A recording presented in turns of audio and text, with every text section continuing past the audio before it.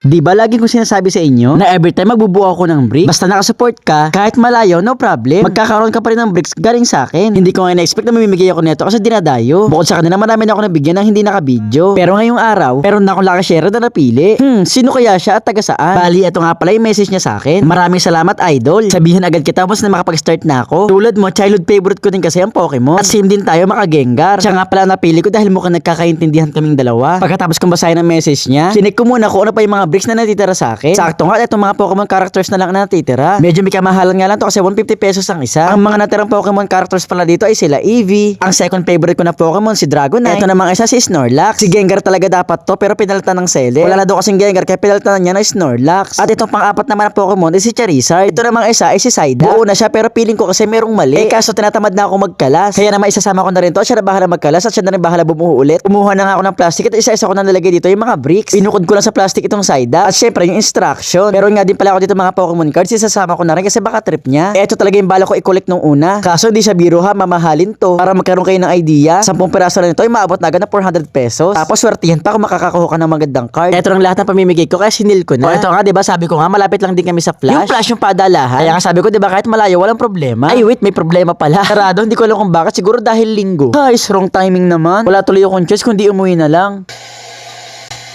Pero nung pag-uwi ko, naalala ko ang tito ko na si Boy Ubo. Dati nga pala kapag nagbebenta siya ng isda, pinapalalamove niya, dahil hindi ako marunong, paturo ako sa kanya kung paano ba magpalalamove. Kaya ito, tunuruan niya ako kung paano mag-setup ng pick-up tsaka ng drop-off location. Nung okay na ito, naglo-loading na lang. Pag ganito daw, maghihintay na lang daw ako ng rider. Kaya naman lumabas na ako ng bahay dahil sabi ni Ubo, mag-abang na daw ako sa labas. Ilang minuto lang din naman ako naghintay dito sa kalsada at maya-maya lang, muting na nga din agad yung rider. Bali sa buong buhay ko, first time ko lang pala magpalalamove. At tinanong nga pala ng kuya ko ano to. Laruan lang po yan. At ayun nga, success na ipadala na natin. Mabilis lang at tatanggap na nga agad ng pinagbigyan natin. Medyo nahihiya nga ako kasi nasa kaidaran ko na rin pala yung pinagbigyan ko. Nahihiya ako kasi hindi ko na-expect. Kasi alam ko naman at aware ako na bata lang ang nanonood sa akin. Kahit ganito mga maliliit na bagay lang, kaya kong i-share. Maraming salamat po sa suporta. Bukod nga pala sa umorder pa ako ng 10 bagong bricks. Kahit pa paano, nagtira naman ako ng bricks ngayong araw. Tira ako ng isang peraso, hindi ko pa namigay lahat. Kasi hindi na ako sanay na hindi ako bubuo na isang bricks sa isang araw. Eh eto, madali lang naman buuin na step 1 hanggang step 17 lang. Bale, ito palang bubuuin natin ngayong araw ay si Bulbasaur.